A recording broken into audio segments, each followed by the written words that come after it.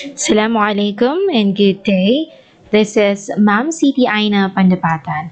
Welcome to our discussion for this session. And our topic for this session is about photography. Photography is the art, application, and practice of creating durable images by recording light either electronically by means of an image sensor or chemically by means of a light sensitive material such as photographic film. Um, Photography is the art of capturing light with a camera.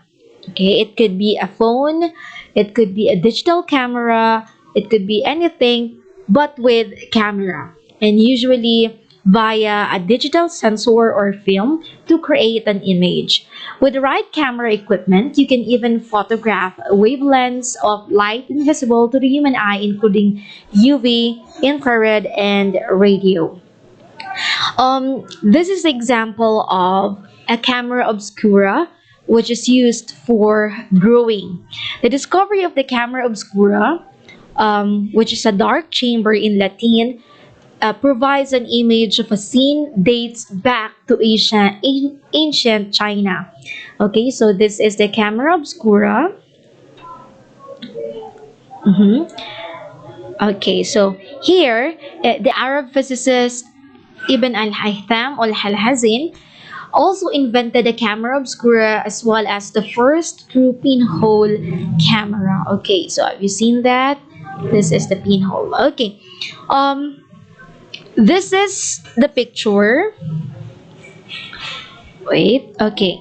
This is the view from the window of Les Grasse by Joseph Nicephore Nefse. This is the first permanent photograph captured in 1826 in France. It shows the roof of a building lit by the sun or lighted by the sun. See that? So it is not that clear because it is captured in 1826 in which hindi pa um, nade-develop yung camera na very clear. Okay, so eto naman, this is the earliest known surviving heliographic engraving in 1825, printed from a metal plate made by Nicephore Nispes. Again, made this is the earliest known surviving heliographic engraving in 1825, printed from a metal plate. The plate was exposed under an ordinary engraving and copied it by photographic means. This was a step towards the first permanent photograph taken with a camera. So here, there's a horse there and a child who, um, again, this is an heliographic engraving. This picture naman, it is the view of the Boulevard du Temple, the daguerreotype made by Louis Daguerre. Again, the daguerreotype in 1838, which is generally accepted as the earliest photograph to include people. It is a view of a busy street. Have you seen that? Okay, this is the street here. Um, but because the exposure lasted for several minutes, the moving traffic left no trace. Okay, only the two men near the bottom left corner, one of them apparently having his boots polished by the other, remained in one place long enough to be visible. So where is it? In fact, I cannot see it. Okay, so this is the view of the Boulevard du Temple. Okay, what are the forms of photography? We have the amateur photography. It is taking pictures or photos for personal use as a hobby or out of casual interest rather than as a business or job. So, most of us are doing amateur photography out of personal use only, right? So amateurs can fill a gap in subjects or topics that might not otherwise be photographed if they are not commercially useful or saleable. Um, it is actually popularized um, with a handheld camera. Kaya nagkaroon ng amateur photography because people starting to have this handheld camera in the late 19th century. We have also the commercial photography. It is probably the best defined as any photography for which the photographer is paid for images rather than works of art. So the commercial photographic world could include advertising, fashion and glamour, 360 product, concert, crime scene, still life, real estate, food, photojournalism, paparazzi, portrait and wedding, landscape, and wildlife photography. So those could be commercialized, meaning it can be sold by the photographers and have a business out of it. Okay, so next, we have the art photography or the fine art photography. Fine art photographers try to imitate painting styles. This movement is called pictorialism, which is often used soft focus for a dreamy, romantic look. Okay, so the aesthetics of photography is a matter that continues to be discussed regularly, especially in artistic circles. We have also this kind of photography, which is the photojournalism. It is particularly form of a photography, the collecting, editing, and presenting of news material for publication and broadcast that employs images in order to tell a news stories. Photojournalism is distinguished from other close branches of photography, which is documentary photography, social documentary photography, street photography, or celebrity photography by complying with a rigid ethical framework which demands that the work be both honest and impartial whilst telling the story in strictly journalistic terms.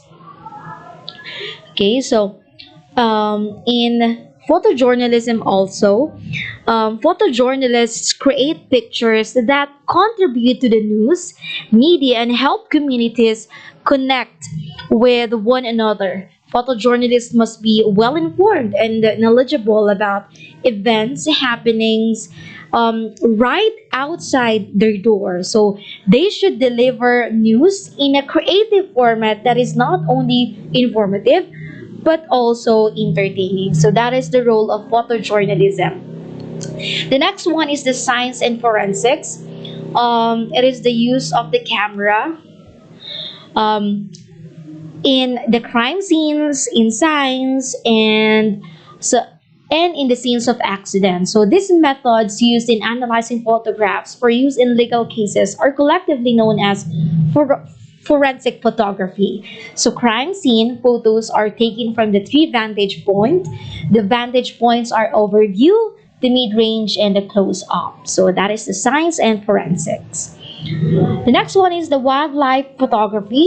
Wildlife photography involves capturing images of various forms of wildlife.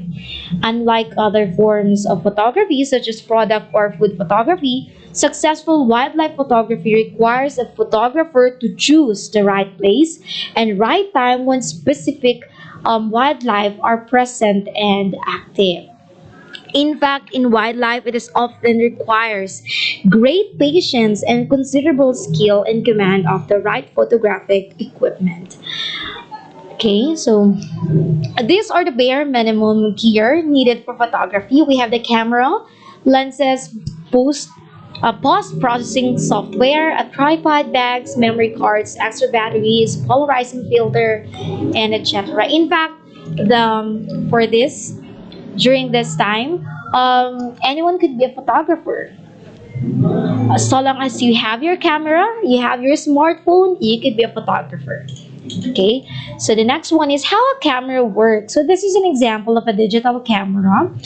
Um, a camera works when the shutter of a camera is opened, light passes through the lens and onto the film, and the film is covered with chemicals that create a pattern of light on the film.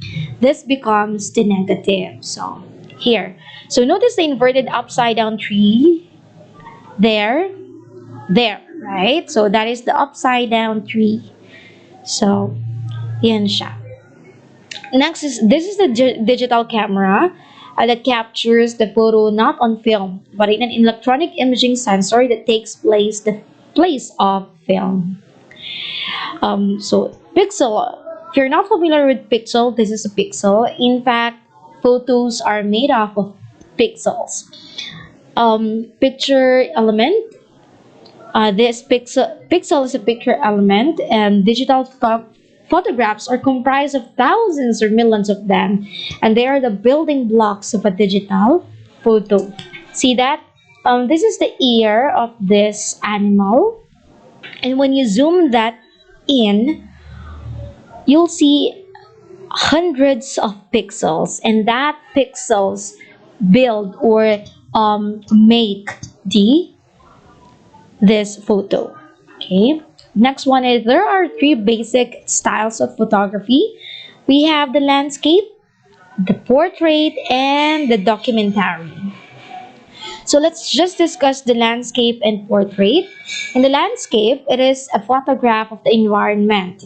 It could be the forest, mountains, oceans, or your backyard. Ansel Adams is a famous landscape photographer, and here's one of his images. So here, this is an example of a landscape that, which is here you can see mountains and the plants, I guess. Okay, so here's another example of Ansel Adams photographs. It's it. It's a landscape. So what is landscape photography again? It is a photograph of the outdoors. So it could be of the land, water, or building. So here is an example of portrait photography.